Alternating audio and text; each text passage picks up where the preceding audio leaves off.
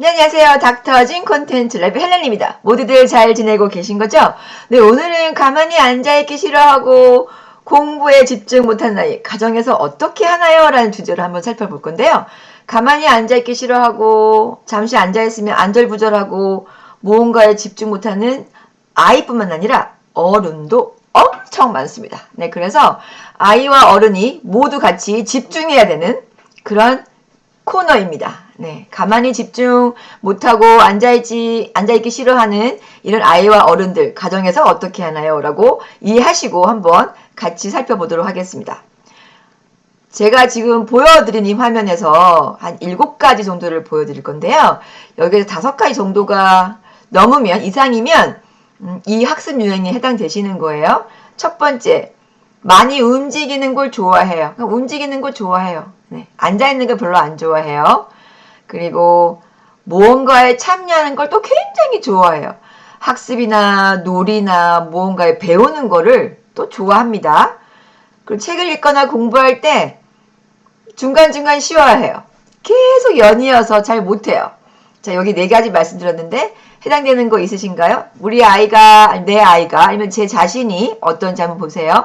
움직여야 되고, 가만히 앉아있는 거 별로 안 좋아하고, 뭔가 배우고, 참여하는 걸 좋아하고, 중간중간 쉬어줘야 되고, 네, 4가지 설명드렸습니다.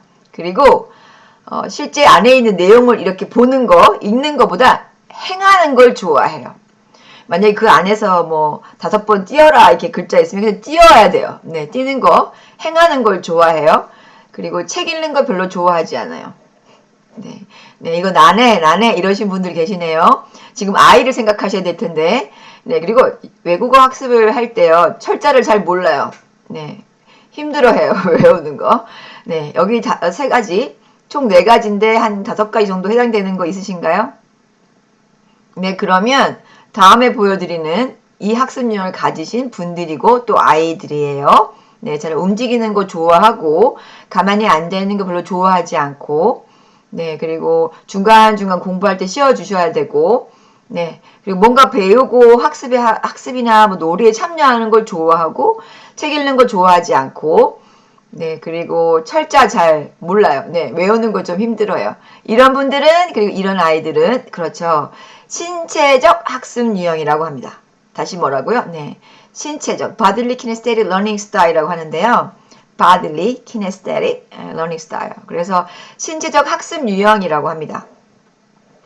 처음 들어보시는 분도 계실 거고, 이미 알고 계시는 분도 계시겠지만, 이 신체적인 학습 유형을 가진 친구들은 통계적입니다. 그러니까 이 직업을 가져야 된다, 많이 가지고 있다라기보다는 통계적으로 선호하는 직업군이 운동선수나 무용, 그렇죠, 배우, 연극, 소방대원, 아니면은 동작을, 몸을 표현해서 하는 그런 직업들 있잖아요. 그런 활동들을 굉장히 선호를 한다고 합니다. 통계적으로. 왜냐면 움직이는 걸 좋아하고, 그렇죠, 무언가를 배우는 걸 좋아하고, 네, 그래서 통계적으로 이런 움직임이 있는, 뭔가 자신의 움직임으로 뭔가를 표현하는 거 있잖아요. 드라마라든지, 그렇죠, 예술 쪽에 예술가들, 이런 분들이 선호하는 직업들입니다. 오케이? 운동선수, 무용가, 영화배우, 소방대원, 예술가, 이런 분들이 대부분 신체적인 학습 유형을 가졌다라는 거죠. 통계적으로 선호하는 직업군입니다. 오케이? 그래서 이런 신체적인 학습 유형을 가진 친구, 어른들의 특징은 손과 눈의 이 코디네이션이 너무 좋은 거예요.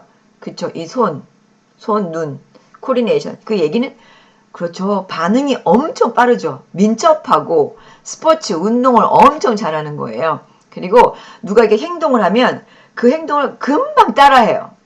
그러니까 엄청난 그 복제 능력이 있는 거죠. 누가 이렇게 행동하면 금방 기억해서 따라하는 거죠. 이게 왜냐면 행동하는 걸 좋아하니까 몸으로 표현하는 게 굉장히 익숙하고 그걸 즐겨하기 때문에 누가 동작하면 갑자기 와 막 이러고 따라하는 거, 잘하는 거예요. 훌륭한 실험자라고 불리울 만큼 실천하니까, 행하는 걸 좋아하니까, 혹여 도전한 것이 실패를 하더라도 먼저 하는 거예요. 도전! 이렇게. 굉장히 좋은 학습 능력이죠. 그리고 학습 유형이죠. 왜냐면 요즘 시대에 굉장히 필요한 학습 유형이 아닐까 생각이 듭니다. 왜냐면 민첩하죠. 누가 뭘 하면 금방 따라해서 자기 것으로 만들죠.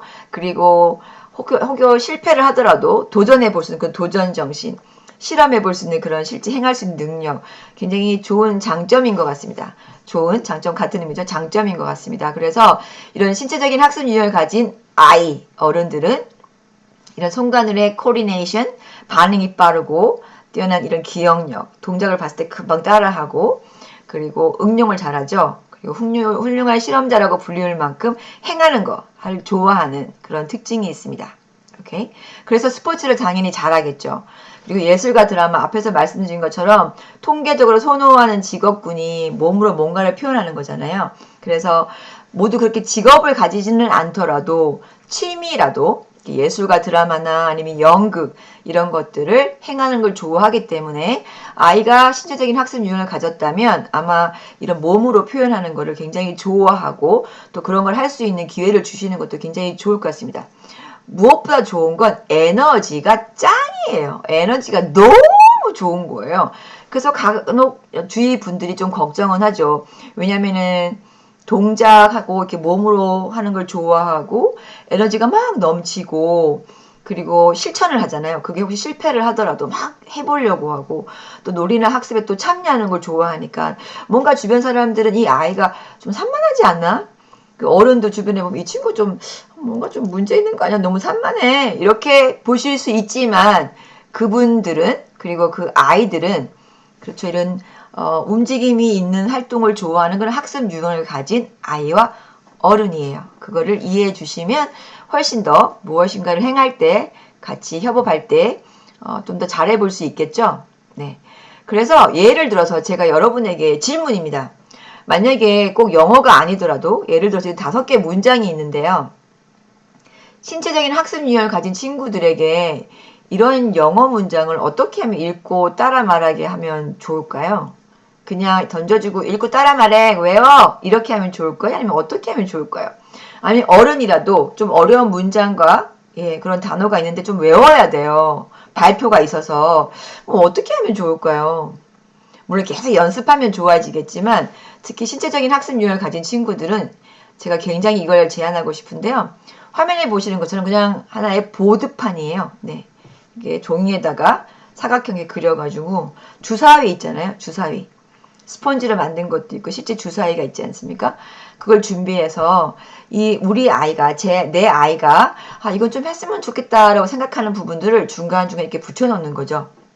앞에 보여드렸던 예를 들어서 draw small tail이라는 거, 이게 작은 꼬리를 그리는 거를 실제 아이가 문장을 읽고 한번 그림도 그려보고 했으면 좋겠는데 그냥 던져주면서 해 이러면 싫은 거예요, 이 친구는.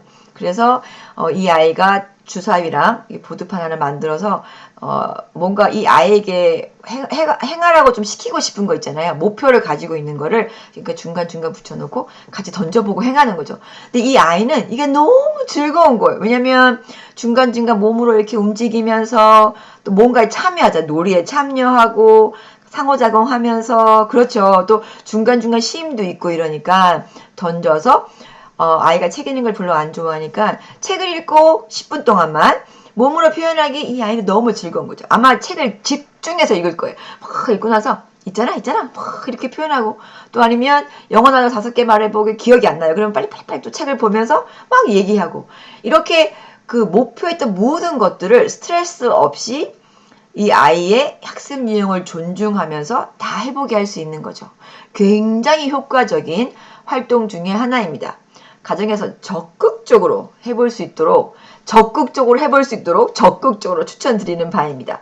어른인 경우도 마찬가지예요. 그러니까 이렇게 신체적인 학습 유형을 가지신 어른들도 본인이 해야 되는 이런 것들을 그렇죠. 포스트잇에 적어서 냉장고 뭐 아니면 서재 이렇게 하나씩 붙여놓고 하나씩 해양하는 그런 재미가 쏠쏠합니다. 그래서 굉장히 즐겁게 목표했던 그런 계획들을 다 수행하실 수 있으니까 반드시 실행해 보시기를 강력하게 추천드리는 바입니다.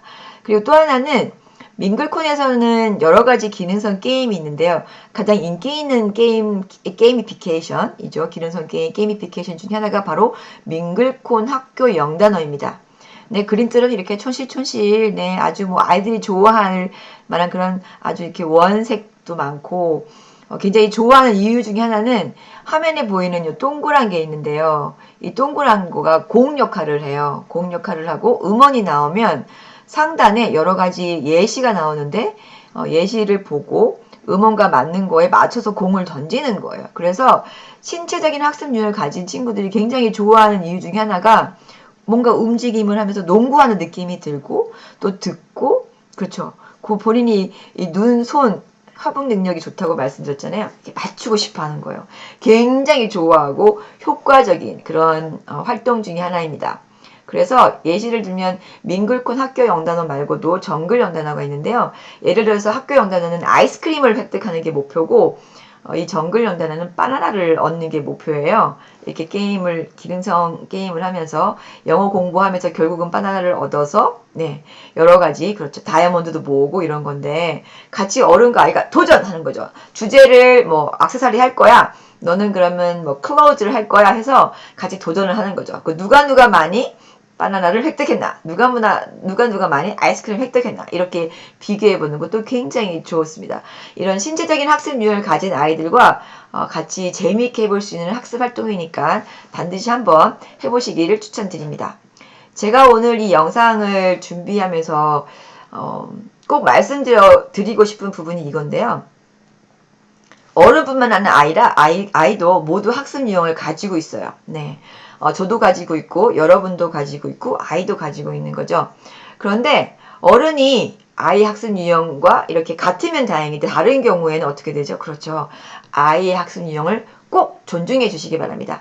아이가 만약 신체적인 학습 유형을 가졌는데 어른이 그렇지 않더라도 아이가 학습 유형이 만약에 신체적인 학습 유형이라면 그 아이의 학습 유형을 좀 존중해 주면서 가정에서 활동을 해주시면 참 좋겠다라는 그런 말씀을 꼭 드리고 싶고 꼭 제안 드리는 바입니다.